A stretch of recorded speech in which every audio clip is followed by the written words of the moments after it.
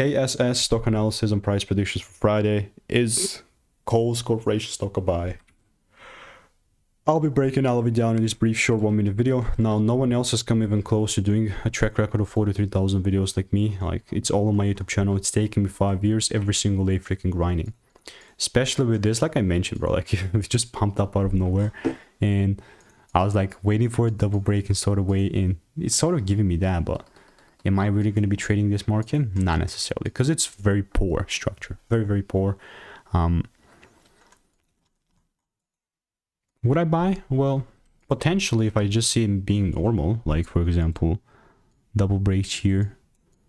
But yeah, other than that, it's just really poor market conditions. And I'm not just going to sit here and just trying to risk just because I want to get inside a trade just because, right, I'm making a video on it. No. I would just rather stick to my edge because I've refined over 43,000 videos.